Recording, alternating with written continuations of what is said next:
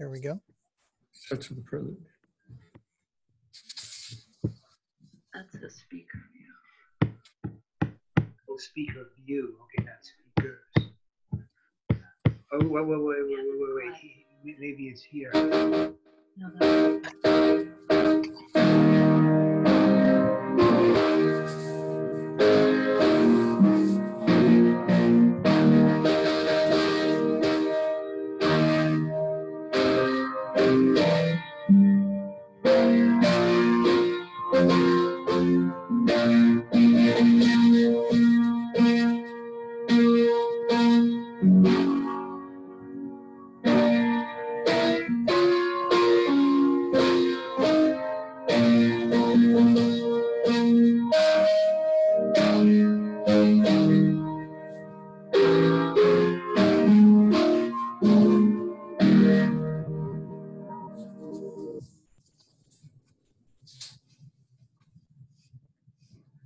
Welcome to the Wednesday Vespers of the Unitarian Universalist Fellowship of Pottstown.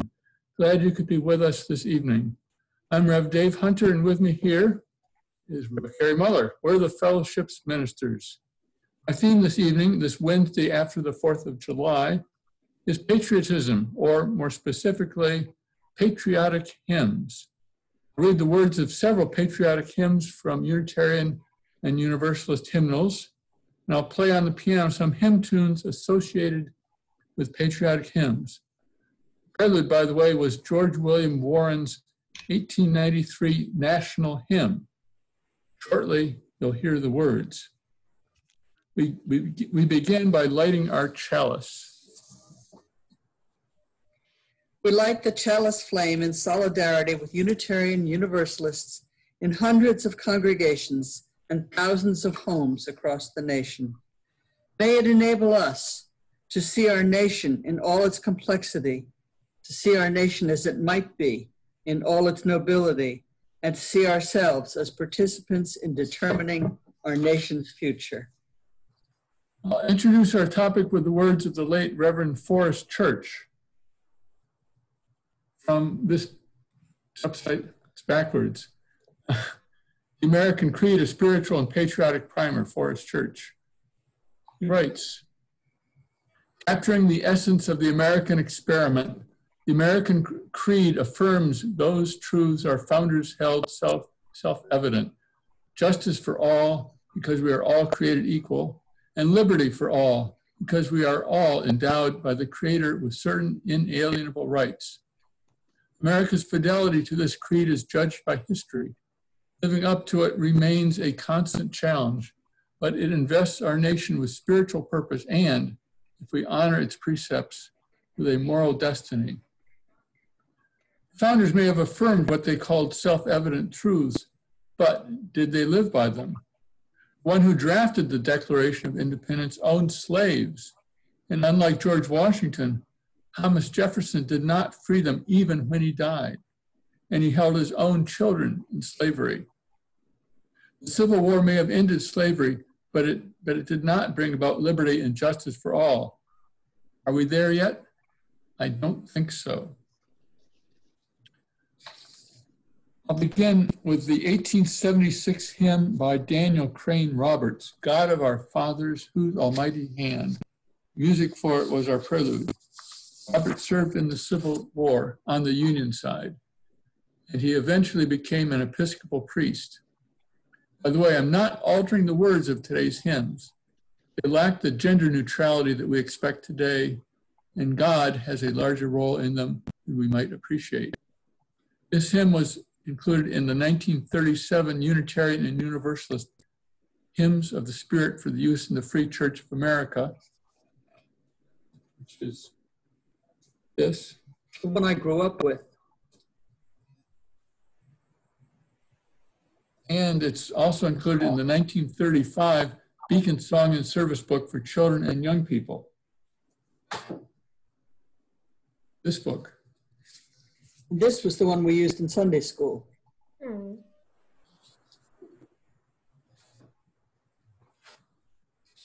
These words go with the hymn I played for the prelude. God of our fathers, whose almighty hand leads forth in beauty all the starry band of shining worlds in splendor through the skies. Our grateful songs before thy throne arise. Thy love divine hath led us in the past. In this free land by thee our lot is cast. Be thou our ruler, guardian, guide, and stay. Thy word our law, thy paths our chosen way. From war's alarms, from deadly pestilence, be thy strong arm our ever sure defense. Thy true religion in our hearts increase. Thy bounteous goodness nourish us in peace.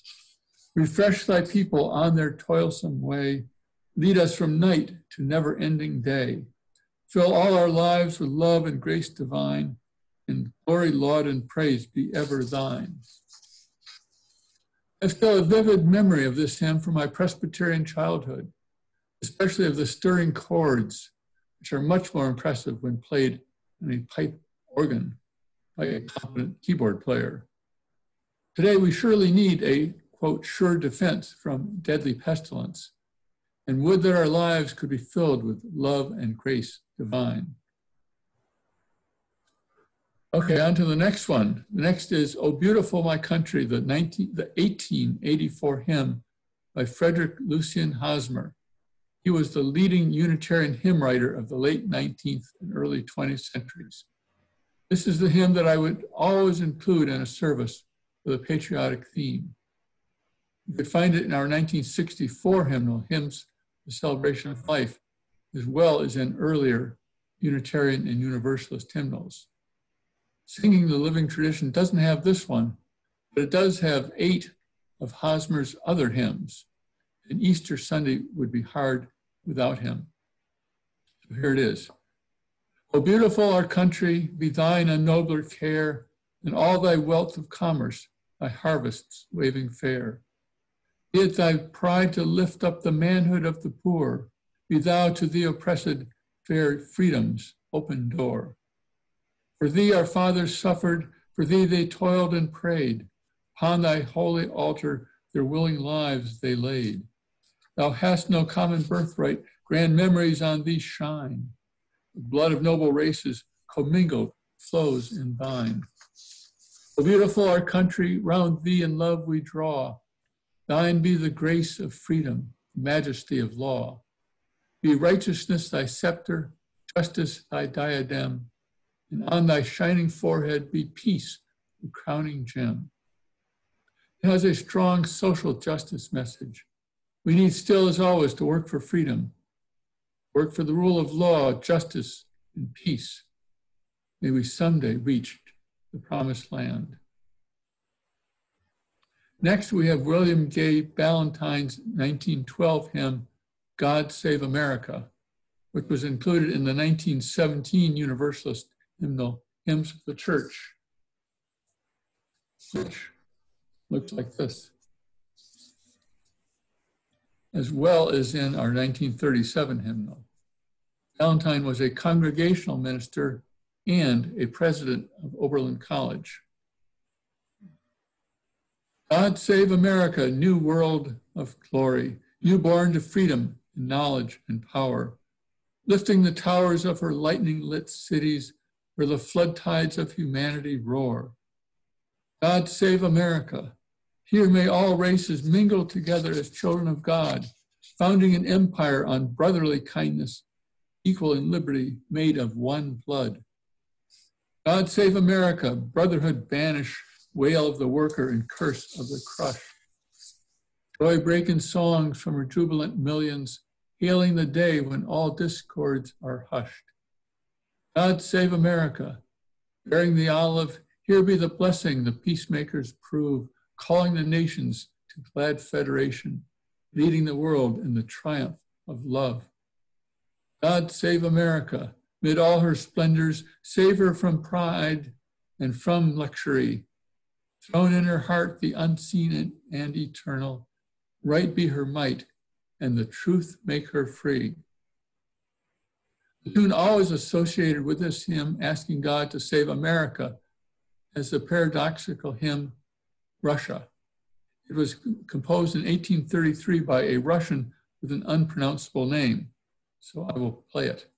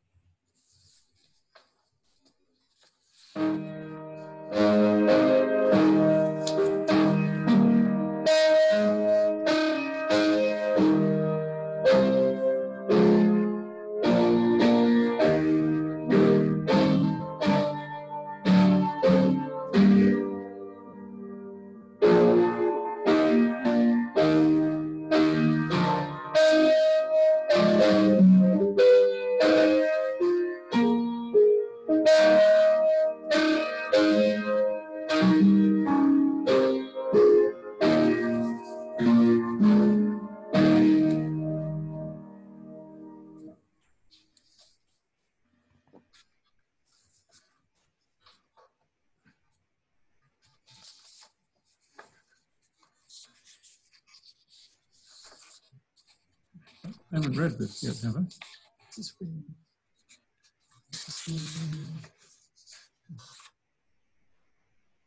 Oh. All right. Next to an American Unitarian, Henry Watford Longfellow. He's the brother of the most famous Unitarian hymn writer of the 19th century, Samuel Longfellow. The hymn, O Thou Sail On, was adapted from the concluding stanzas of his much longer poem, The Building of the Ship. It's included in Hymns of the Church. O thou sail on, thou ship of state, sail on, O Union, strong and great.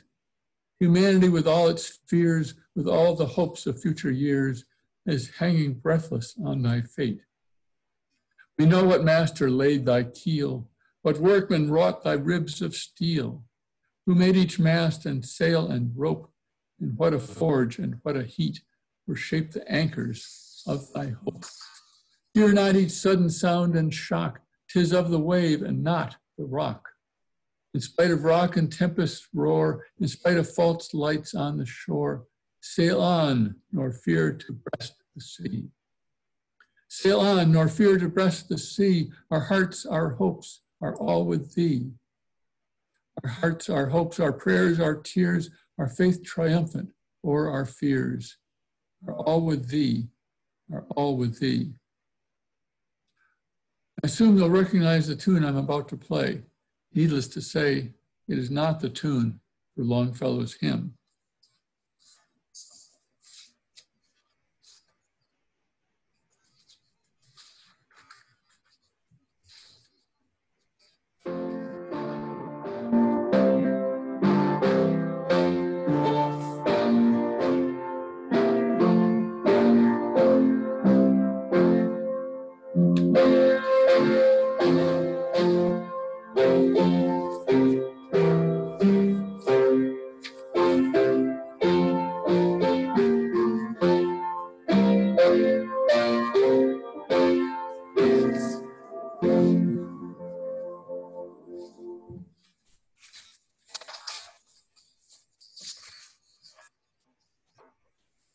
Next, another hymn by Frederick Lucian Hosmer is 1909, Hear Ye, O Ye Nations. Hear, O Ye Nations. It was included in Hymns of the Church, in Hymns of the Spirit, and in the Beacon Song and Service Book. Hosmer's prayer in this hymn is that the United States lead the nations of the world to a world of peace and goodwill. Hear, hear, O ye nations, and hearing obey the cry from the past and the call of today. Earth wearies and wastes with her fresh life outpoured, the prey of the cannon, the spoil of the sword. Lo, dawns the new era, transcending the old, the poet's rapt vision by prophet foretold. From war's grim tradition it maketh appeal to service of all in a world's common weal. Home, altar, and school, the mill and the mart, the workers of field and science and art. Peace circled and sheltered shall join in to create the manifold life of the firm builded state. Then shall the empire of right over wrong be shield to the weak and a curb to the strong. Then justice prevail and the battle flags furled, the high court of nations give law to the world. And then, O my country, from many made one, last born of the nations, at morning thy sun, arise to the place thou art given to fill, and lead the world triumph of peace and goodwill. Can we do this? Are we up to the task? The empire of right over wrong, the shield to the weak and a curb to the strong, with justice without battle flags? Will we ever see the triumph in the world of peace and goodwill? We've had more than a century since Hosmer wrote these words. We're not there yet. Can we still have hope? The last one is an optimistic hymn, or at least an inspiring hymn by the Reverend John Haynes Holmes. America Triumphant, it's called. You can find it both in Hymns of the Spirit and in the Beacon Song and Service Book. It dates from 1915. The First World War had begun. The United States had not yet entered it. Holmes, one of the leading Unitarian ministers of his era, strongly opposed the entry of the United States into that war. America triumphant, brave land of pioneers, on mountain peak and prairie their winding trail appears. The wilderness is planted, the deserts bloom and sing, on coast and plain the cities their smoky banners fling. America triumphant, new shrine of pilgrim feet, the poor and lost and hunted before thine altars meet. From sword of czar and sultan, from man of priest and peer, to thee, o'er trackless waters, they come in hope and fear. America triumphant, dear homeland of the free, thy sons have fought and fallen to win release for thee. They broke the chains of empire, they smote the wrongs of state, and lies the law and custom they blasted with their hate. America triumphant, grasp firm thy sword and shield. Not yet have all thy foemen been driven from the field. They lurk by forge and market, they hide in mine and mill. And bold with greed of conquest, they flout thy blessed will. America, America, triumphant thou shalt be. Thy hills and vales shall echo the shouts of liberty. Thy bards shall sing thy glory, thy prophets tell thy praise, and all thy sons and daughters acclaim thy golden days. No more hymns, but how about some Woody Guthrie? This land is your land, this land is my land, from California to the New York Island, from the Redwood Forest to the Gulf Stream waters. This land was made for you and me. I was reminded of Woody Guthrie by the recent events at Mount Rushmore. Perhaps you saw some of them on television. Here's another verse of Guthrie's anthem, which might be sung by the indigenous people of our land. This land is your land, it once was our land, from Massachusetts to Oklahoma. You came and took it, you didn't say thank you. This land is stolen property.